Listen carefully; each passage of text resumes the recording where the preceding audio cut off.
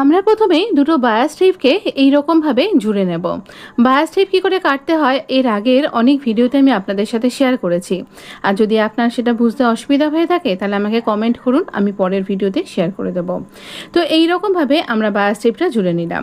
কেন জুড়ছি বলুন তো? এই দেখুন, এটা সোজা দিকটা ভেতর দিকে রেখে উল্টো দিকে মেশিনের পায়ের 1 ফুট এইরকমভাবে আমরা স্টিচ করছি। খেয়াল রাখতে হবে যেন পুরোটায় একদম এইরকমই গ্যাপ রেখে আমরা যেন স্টিচ করি। আমরা তৈরি করছি ডরি। এই ডরিটা কিন্তু পাল্টে নেব আমরা, মানে সোজা দিকে টার্ন করব। এরকম করে কেটে নিলাম। এবার লুপ টার্নারের সাহায্য নিয়ে আমরা এই ডরিটাকে পাল্টে নেব। এই লুপ টার্নারের সাহায্য ছাড়াও আপনি ছুঁচ সুতো দিয়ে করতে পারেন, বা ডরি মেকিংয়ের 4 রকম প্রসেস দিয়ে আমি কিন্তু এর আগে একটা ভিডিও আপনার সাথে শেয়ার করেছি, আপনি সেটাও কিন্তু একবার দেখে নিতে পারেন। তো এই রকমভাবে টেনে নিয়ে দেখবেন অনেক সময় না লুপ টার্নার থেকে খুলে যায়। এই যেমন দেখুন অর্ধেক পথে গিয়ে খুলে গেল, তাই আবার লুপ টার্নারটাকে ঢুকিয়েই ওই ভেতর থেকে ডরিটাকে আমি টেনে বার করে নিলাম।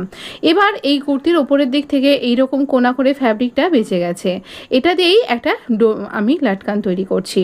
এই লাটকানটা আজকাল ভীষণ চলছে, ভীষণ ট্রেন্ডি।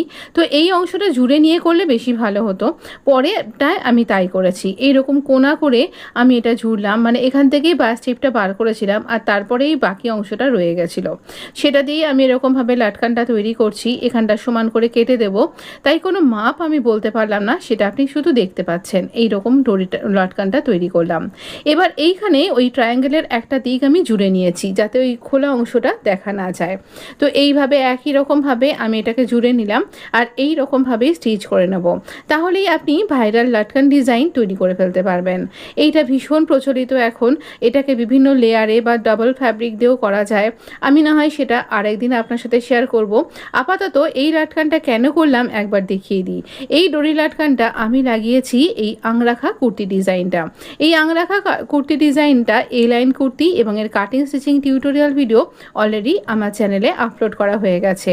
আপনি অবশ্যই একবার দেখে নিতে ভুলবেন না এই সুন্দর কুর্তি ডিজাইনটা। এটা ভীষণ সুন্দর ইকত প্রিন্ট ফ্যাব্রিকের ওপরে কটন ফ্যাব্রিক, আর এখানে এটা ভীষণ সুন্দর দেখতে লাগছে। ভালো থাকবেন, সুস্থ থাকবেন, ধন্যবাদ।